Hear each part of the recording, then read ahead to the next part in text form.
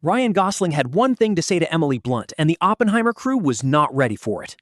And the way this award season's turned out wasn't that much of a rivalry, so just let it go! But you know, I think I kind of figured out why they call it Barbenheimer and they didn't call it Oppen Barbie. Why? Well, I think you guys are at the tail end of that because you were riding Barbie's coattails all summer. Ryan and Emily have the ultimate rivalry, but the moment he calls himself a superfan, she shuts it down completely. Stunt was most memorable to get to be a part of or just even to witness on set? I mean, I don't remember the stunts that I did because I blacked out. Because you were drunk. Yeah, well, yeah, that's true. Yeah, thanks. I'm just saying that the words of Taylor have an effect on a human being. It's undeniable. True. I'm only human. What's the go-to Taylor song? What's your favorite Taylor song? I think All Too Well has become a very, it has a soft spot in my heart now because of the film. Mm-hmm. What's yours? Are you ready for it? Yeah. No, that's the song. Oh. What a Long before the Academy Awards, a teenage Ryan Gosling was getting snatched by aliens on Canadian television. And when Seth Meyers dug up the footage, the reenactment somehow made it even more painful to watch.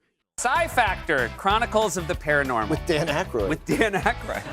So it's a very like Canadian true stories show. told by Dan Aykroyd in a kind of unsolved mysteries sort of way about paranormal. And you played a teenager who was basically accosted by, abducted? Abducted by aliens. Gotcha. Yeah. Should we watch the clip?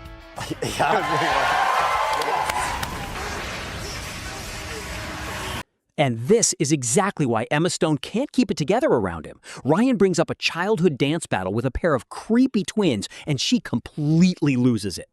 I was on some kind of Canadian Star Search, and my main competition were these two twins who were tap dancers, and they were dancing to Phil Collins' Two Hearts. They were the ones to beat, so, and I'm getting ready to start, which is This Is How You Started, a winning dance number if you want to know. Get out of your hands, bud. Go ahead, go up. And I look up into the just off stage, and the two twins are standing there like the twins from The Shining. And they're just going like this. While every other A-lister is busy trying to look untouchable, Ryan Gosling casually walks out and announces his trousers are a literal health risk. And somehow, he's completely at peace with that. I didn't try the suit on before I came out. And I realized that it's so tight. It's wildly inappropriate. I feel like I'm going steady with these pants.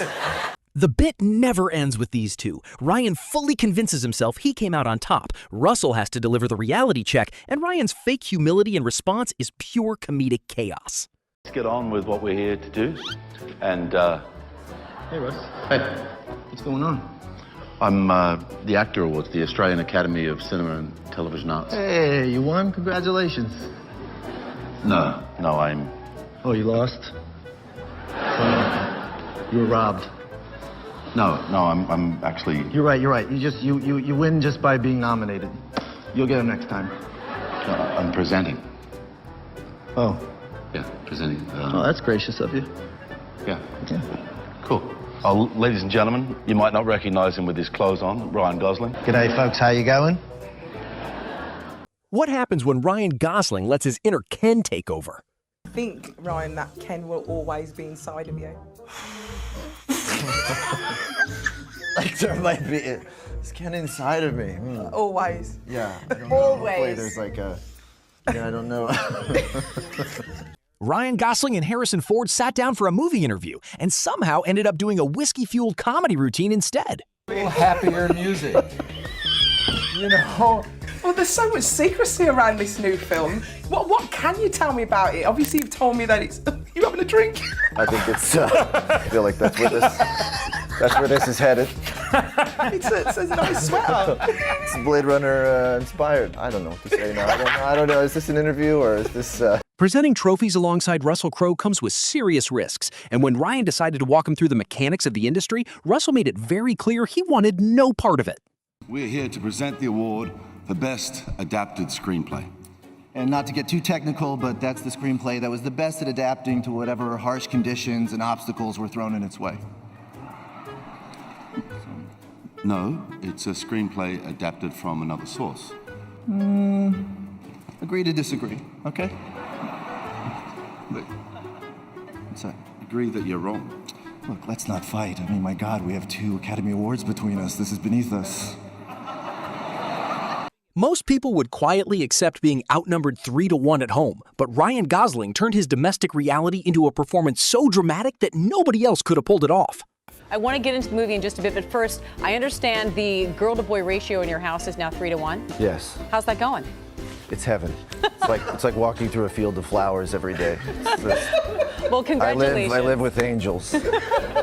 Very nicely put. It's a ray of sunshine in a dark time, honestly, because with Russell, it's sad.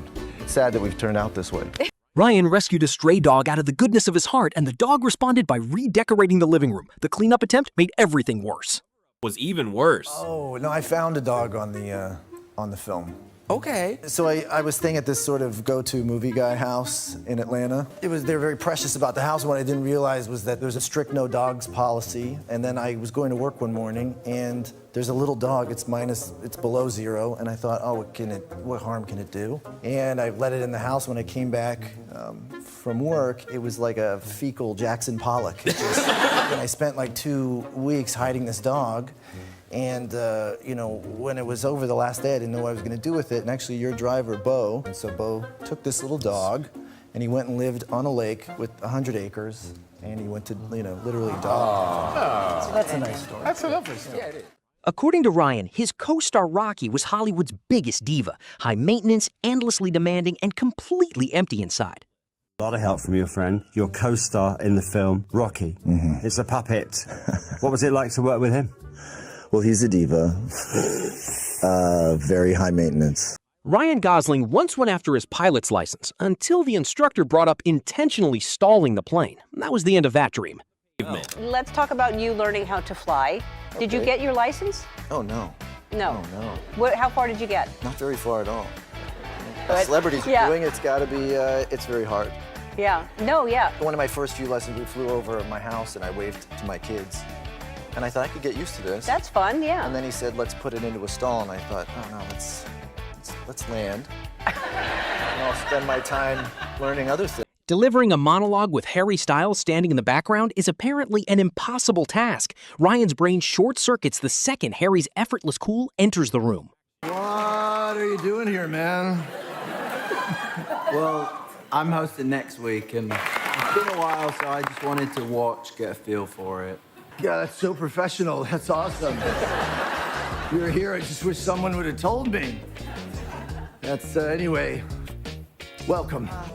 Everyone you've ever heard of lived out their lives. Every king, every peasant, I'm sorry, why are we on Harry Styles? Easily the greatest red carpet story ever told, Ryan's mom showed up with a massive beehive hairstyle and unknowingly destroyed another actor's entire night. I'm sure she likes meeting the celebrities, but isn't it the gift room is really her thing she enjoys? I don't want to out my mom like this. I will tell a funny story about that picture, though, which is that my mom was convinced that year by her friend that beehives were going to be all the rage. And if you didn't have a beehive, you'd feel embarrassed. And it turned out to be the opposite. It was a natural hair vibe that and my mom sat in front of Rachel Weisz, and her hair was so high that Rachel had to keep